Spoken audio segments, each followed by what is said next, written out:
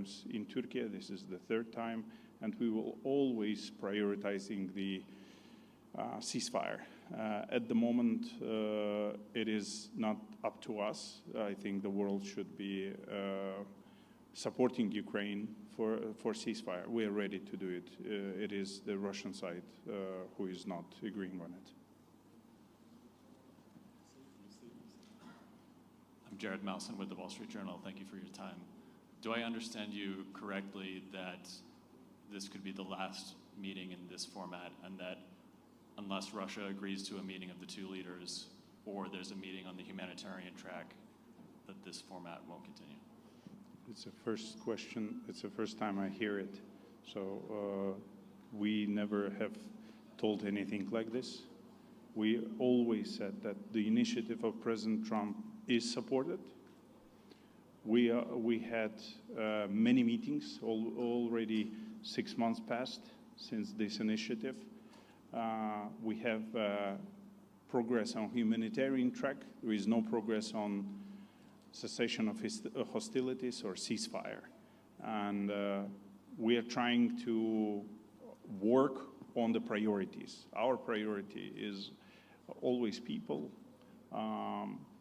ceasefire, and a meeting of leaders. That's what we are focused on at the moment. Natalia Fibrik, Ukrainian TV channel 1+1. Thank you for this possibility. Could you? This meeting actually lasted only 35 minutes. Why so extremely short?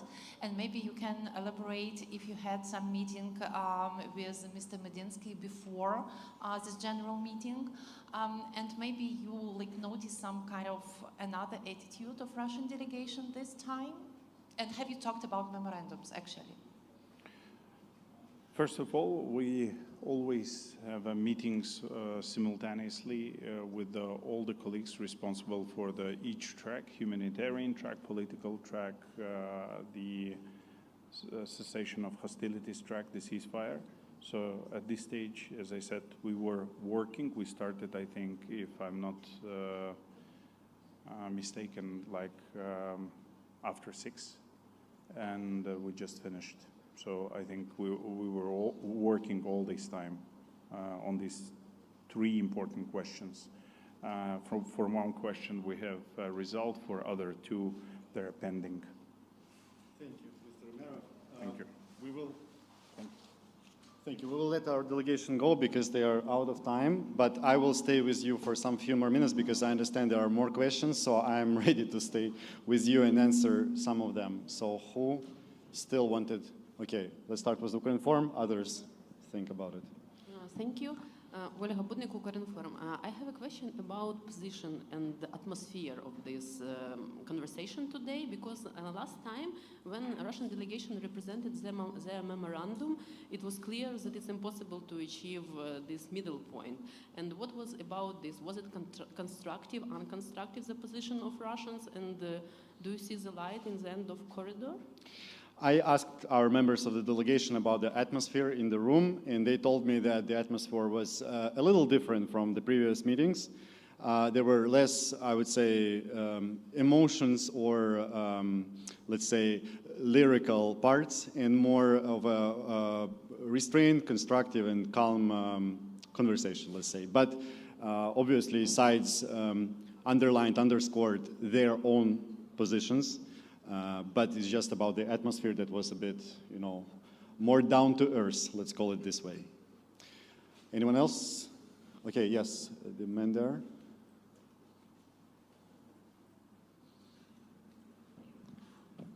Mert Cengiz from Cumhuriyet newspaper. You already have shared your memorandums on ceasefire to each other. And what was your response to Russian memorandum? And what was their response to yours? And should we expect any concrete result, even if it's a limited one, soon? So first of all, let's clarify. We think it's a little bit incorrect to call the documents memorandums, and this is the way Russians call it. Why? Because memorandum is supposed to be a document that is agreed by 2 sides, and I think this is their strategy to call it a memorandum. We think these are drafts Sorry for being boring, but I think it's just like it's necessary to clarify the terms. So these are draft proposals or visions for the peace process. Both documents have been in the press for quite a long time, and actually the public is able to, make their own judgment about these documents. I encourage everyone to Google it if you haven't yet, and see that the Ukrainian memorandum is actually very logical. It's very constructive. It doesn't propose anything outside of the, of the world, of the spectrum that can be done. It's all very doable and rational. When you look at the Russian memorandum, it's packed with ultimatums, with some maximalist, statements and demands. So the two documents, the two drafts, are very different in nature. That's the first thing that it's important to say. And for Ukraine, the principled position is that we need to have a ceasefire, and we think it's logical. You need guns to be silent so that diplomats can talk. This is very simple. And if we had a full ceasefire, then, of course, the diplomacy would be much, much more effective. Because when the terror continues, and unfortunately, since last meeting in June, we only saw Russia escalate attacks against Ukrainian civilians. This is true. This is true to say. So, again, on the nature of the documents, yes, they are very far away. This is true. But it's also important to mention that the Ukrainian document is doable, while Russian one is very, very far away. Let's go to the next one. Yeah? Anyone else? Maybe of the foreign press. Yes, you behind there. Yeah. Hi, thank you for your time. Sophia Yan with the Daily Telegraph. Is there a deadline for President Zelensky's suggestion to meet with his Russian counterpart? If the meeting in August doesn't happen, would he extend that invitation again? This is an active and ongoing proposal which can be put into effect at any moment of time. If Putin comes out tomorrow and says, I'm ready to meet with President Zelensky will be ready to meet with him tomorrow. This is, I think, the answer to your question about the deadline. Why we are insisting on the meeting of the leaders? Because obviously we understand in Russia there is one person who takes decisions. And if we want big decisions such as a ceasefire or other decisions, of course we need this person in the room. And why is it so hard to just sit and talk? We do not understand this. President Zelensky is ready to sit down and talk with Putin. Why is it so difficult for Putin to show up and meet with President Zelensky? But this is an open question. I think it needs to be directed to the Kremlin. Yes. Adrian Rocha, France 24. If this Putin between Mr. Zelensky and Mr. Putin doesn't happen, as you say, the only way of moving forward is a meeting between leaders. Do you think that the format that you're following through here in Turkey has a deadline or a dead end? Look, I will put it very simply. Ukraine is the country that suffers the most from this brutal war. Every day we endure strikes, we endure casualties, we endure losses of civilians, losses of military personnel. We are the country that is most interested in achieving peace, and we want this war to end. We never wanted this war to start in the first place. This is why we will use every opportunity, even the smallest one, to try to advance peace and try to achieve peace, a just peace, of course. And this is why we are showing up here in this format on a very high level, by the way. It's the head of the National Security and Defense Council. It's higher than the Russian side. And the reason for that is that because Ukraine is trying to use, and get an advantage of even the smallest opportunity to advance something, even if it's about resolving the humanitarian issues, then fine, we will try to do this because it's about our people. It's about exchanges of prisoners of war who are still in captivity, about the release of civilians. And by the way, I want to underline that so that no one manipulates this issue. We are talking about exchanges of prisoners of war and the release of civilians. This is very important to say. It's a very important nuance to underline. So, again, about this format, yes, we understand that at the moment this format is showing results on the humanitarian track and shows very little progress on the political track. The reason for that is, there is only one reason for that. It's Russia's unwillingness to get the progress on the political track. But even if it's about humanitarian track, Ukraine will keep this effort going. Okay, yes, to you, sir, and then behind there. I see there is, the appetite is growing, which is good, but I will have to go at some point. Yes? Thank you for your time, Hong Kong Phoenix CV. I just want to ask, before this negotiation, we know Ukraine side and the Russian side, they cannot agree on the common point to negotiate continuously. So this time, is there anything has changed on the condition of the Ukraine side to negotiate continuously? Can you clarify what do you mean by the conditions? Before the last two times, because the Ukraine side and the Russian side cannot agree on the ceasefire because their conditions of the ceasefires are different, and they insist on their own conditions. So, but we now can see that Ukraine is eager for the ceasefire. So, has there anything has changed to realize the ceasefire? Okay, got it. This is not entirely correct, and it's good that you asked this because it allows me to clarify that Ukraine actually does not a single condition for a ceasefire. Ukraine has 0 conditions for a ceasefire. If Russia says now we are ready for a ceasefire, then the ceasefire will start because Ukraine made it clear on March 11th, if I'm not wrong. So we are 4.5 months that Ukraine agreed to a full ceasefire. For 30 days, but 60 days, 90 days, 100 days, we're ready for a longer time without any single precondition. Tomorrow, Russia agrees and we start a ceasefire. But unfortunately, Russia rejects this idea of a ceasefire. Why? You need to ask Moscow.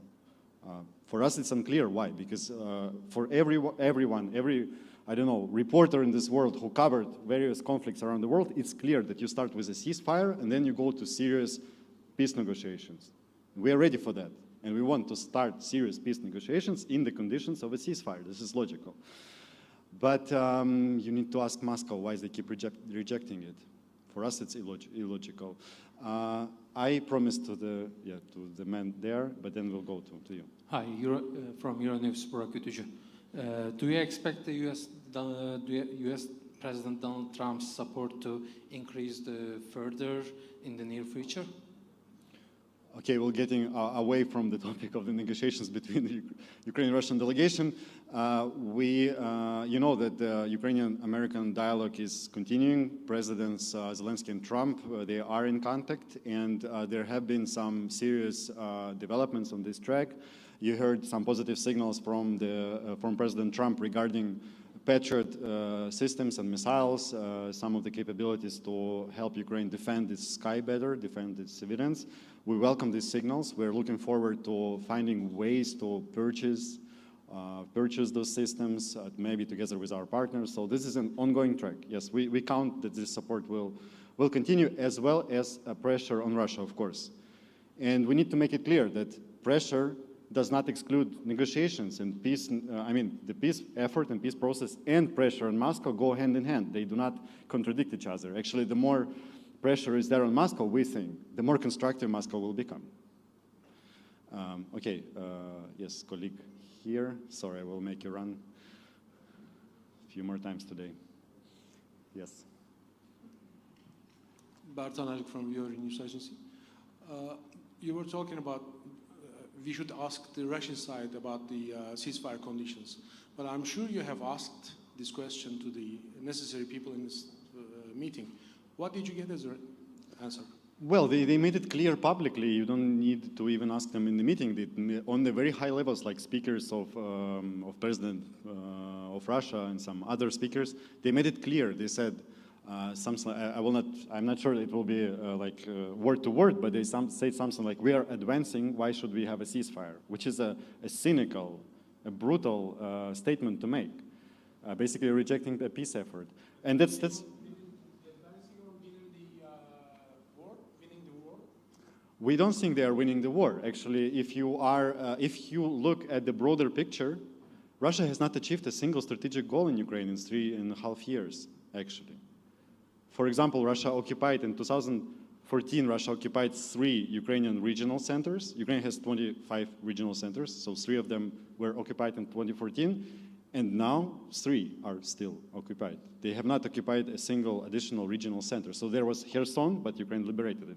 So we think that if you look at the broader picture, it's incorrect to say that Russia is winning and Ukraine is losing this war. This is simply not something corresponding with the facts. Although this is, it's extremely difficult for our forces. I don't want to paint, a bright picture. This is extremely, they are pushing back against a huge army, a very difficult adversary.